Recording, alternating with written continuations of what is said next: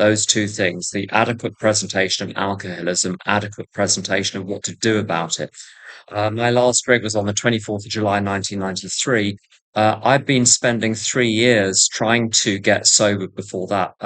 The reason I needed to is because my drinking had the most terrible consequences on my physical health, my mental health, my emotional health. And yet, again and again and again, a drink seemed like a good idea. It's very straightforward, this. Um, the two things which make me an alcoholic are, first of all, when I drink, I overshoot. It's not about the absolute quantity of alcohol. It's about waking up day after day wishing I hadn't drunk as much as I drank the night before. It's not a sideways comparison to other people. It's a comparison to what my intention was before I drank on the previous occasion and how I felt the next morning. If I wake up morning after morning after morning with regret and remorse and a sinking heart, there is something wrong with my decision making system. Anyone can make a mistake once, twice, 5 times. If I made a mistake 100 times, 200 times, 500 times, that's not a mistake. I'm acting under compulsion. Either that, or the Big Book is very clear on this. A Big Book is our basic text written in 1939, bit old-fashioned, but it's mostly plain. Um, it says something like this: it didn't satisfy us to be told that we couldn't control our drinking just because we were maladjusted to life, we're in full flight from reality, or we're outright mental defectives. What that means in very plain English is I drank buckets not because I was stupid or mad or unhappy. I'm not stupid. I wasn't psychotic. Yeah, I was unhappy. But you know what? I overshot on good days too. I overshot when things were going well. I overshot when there was nothing wrong at all. So the quantity that I drank was simply because that's how much I drink when I drink. That's my nature. That's why they call it a physical craving. And the physical craving is a funny old thing. The word craving in the language generally means, let's say it's a very hot day. You've been out for a run. You're craving a glass of cold water and you drink the glass of cold water and you're satisfied. It goes desire, consumption, satisfaction. I can be minding my own business, not really thinking about alcohol. I turn up at a thing, I'm given a glass of wine. The first thing that happens is consumption. And then that's when the craving starts. And I'm desperate for more. I wasn't desperate for a drink when I had the first drink. I have one drink, now I'm desperate. And then continuing to drink doesn't satisfy the craving. It's completely different than a craving in the ordinary sense. With alcohol, it goes consumption, desire, and then non-satisfaction. The more I drink, the more it amplifies the the desire. It's just like with a mosquito bite. You don't notice you've got a mosquito bite. You think there's something very small on your leg. So you get a tiny little scratch, and then you realize immediately, oh, damn, this is a mosquito bite. And it becomes more itchy because you've touched it. So you think, well, I'll just scratch it another little bit just to get rid of the itch. And you scratch it, and within 2 minutes, you've got a great big red lump. And that's what my drinking was like. Now, that's not a problem for a regular person. There are people that react very badly to alcohol. I was at school with some. They reacted badly to alcohol. They thought, well, I won't drink then. And they don't. They more than 35, 40 years later, I come across them. Do you drink? No, I had some bad experiences. My family was full of alcoholics. So when I had a couple of bad experiences, I said, I'm not going to do that again. And they didn't. That's a non-alcoholic. An alcoholic is someone who has that problem when they start drinking, but also inevitably goes back to it. There's a line in the Bible: a fool returns to his folly as a dog returns to its own vomit. And that was me with drinking. No amount of bad experiences are sufficient to keep me away from the first drink continuously. Um, the point about the insanity which precedes the first drink. People talk a lot about the insanity of alcoholism, and it's not the things I did when I was drinking. It is the mere fact of having a drink, given that I'm an alcoholic. That is the insanity. Um, Uh, one doesn't necessarily have to have anything else wrong with one. That's the only those are the only two things. When I drink too much. Left to my own devices, I have the first drink. So that means I'm powerless over alcohol. I'm powerless over the first drink because if the desire hits and I'm in charge, I yield to the desire and then I have the first drink. And the second aspect of powerlessness kicks in because this physical mechanism gets activated and the physical mechanism is now in control. A friend of mine says that alcoholism is a lot like dancing with a gorilla. You're not done dancing until the gorilla is done dancing. And the gorilla can dance for years or decades. If I were to drink today, I literally might never stop. This is why today has to be the day I don't drink. The reason that makes my life unmanageable, sometimes people talk about unmanageability being all sorts of other things, being incompetent and neurotic and disorganized and those things. Those, well, may be true, but those two parts of step one are connected. Because that unmanageability in terms of one's life, the disorganization, the selfishness, the emotional immaturity, the touchiness, the obstinacy, the inability to form relationships with other human beings, the inability to work. Lots of non-alcoholics are like that, and lots of alcoholics are not like that. It's not a component of alcoholism. The unmanageability of alcoholism is this: if the course of my life depends on whether or not I have a drink, and I'm not in charge of whether or not I have a drink, I'm not in charge of my life. Something else is. What? The demon alcoholism. If it taps me on the shoulder, says, we're going to the pub, and I don't have a program, we're going to the pub. It's been in charge of my schedule the whole time, just waiting for its moment, and then it takes its moment, boom, that's the end. The two are connected. I'm powerless over alcohol, therefore my life is unmanageable. It's not a statement about my life. There's a second line on unmanageability, the next page, where it says we were alcoholic and we could not manage our own lives. It's an inability in me because there is something stronger than me already in charge.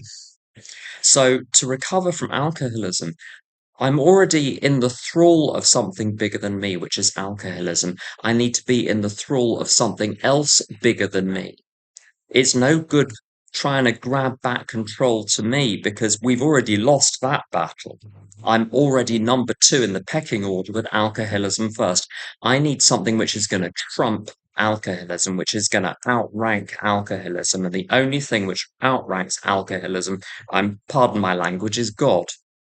Now, just a little footnote. You can understand God to be any force in the universe capable of keeping people sober. Let's say you're a complete atheist. Good for you. Nothing wrong with that. And you go to a meeting and you see Sally and Susie and Bobby, and they say, I'm powerless over alcohol. I have been for decades, and yet I have the power to stay sober. They have acquired a power greater than themselves, a very specific power, which is the power to stay sober. We don't give it to each other. It is activated by our being together, but it comes from beyond.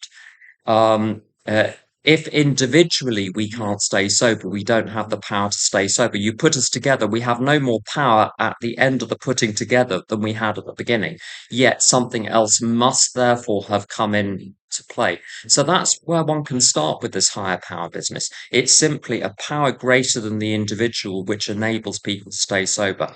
If you come over the days, weeks, months, and years and decades to understand more about that, great. If you never understand another thing about it, great. This is not a program of understanding, it's a program of doing.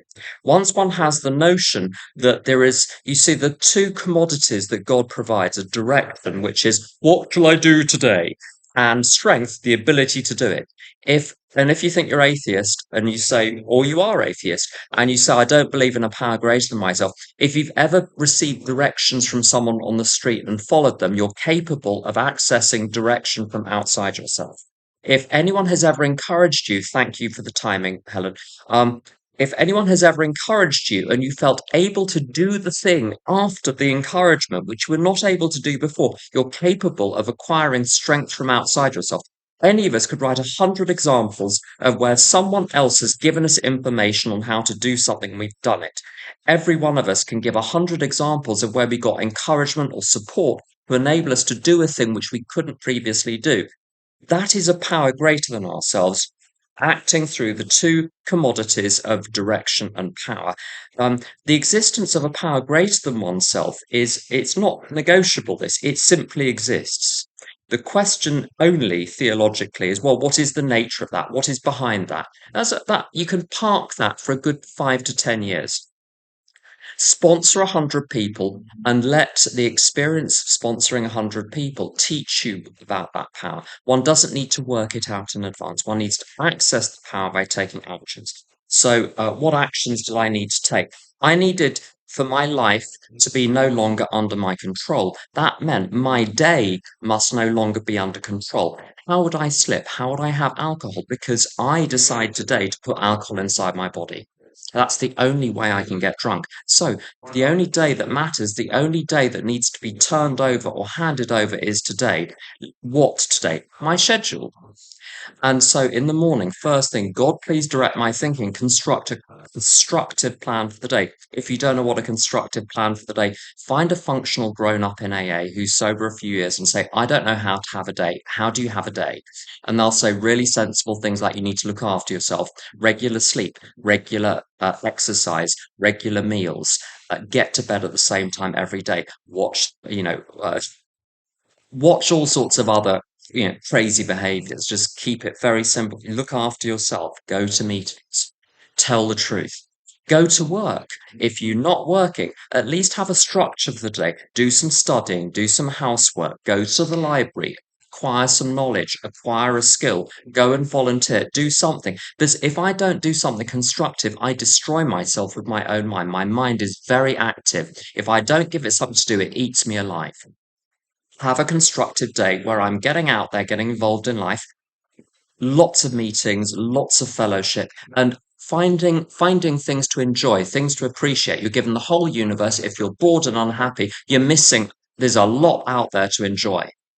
To get out of this tiny little space in here and say, no, not interested in that. Bored now. I've been stuck in there for decades. I don't care. I want to get out there in the world and enjoy the 8 billion other people there. If you're bored, it's because you worked through the 8 billion people and decided they're all boring.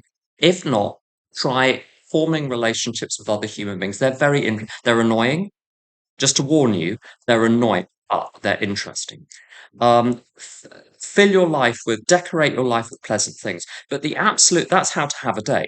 The job is to construct a plan for the day under the aegis, under the supervision of someone with a brain who is sensible and is not me, and then stick to it. All I have to do to not die of alcoholism is stick to the plan for today that was come up with first thing this morning after I said, God, please direct my thinking. If I do that, impossible to drink unless I grab back the joystick and say, right, I'm going to choose what to do.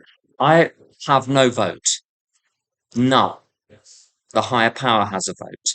I have only delegated authority. I have the responsibility to take practical actions to manage my life, but it's under the direction and with the strength of God. But this is the key thing: sponsorship and the steps. Get a sponsor who's done the steps. Go through the steps. Do it quickly. Don't make a big deal out of it. Um, it's got to be done, I believe, thoroughly, but that needn't take years, a few weeks to a few months, depending on the mental state, to have a good, solid first run through. After that, you can spend the rest of your life cleaning up the detail. The steps are not something I did once, boom, done. I redo them. We practice these principles in all our affairs. Which principles? The principles contained in all 12 steps, which means all 12 steps are steps I redo, partly with sponsees and certainly partly myself. I do 360-degree reviews. I make amends where necessary.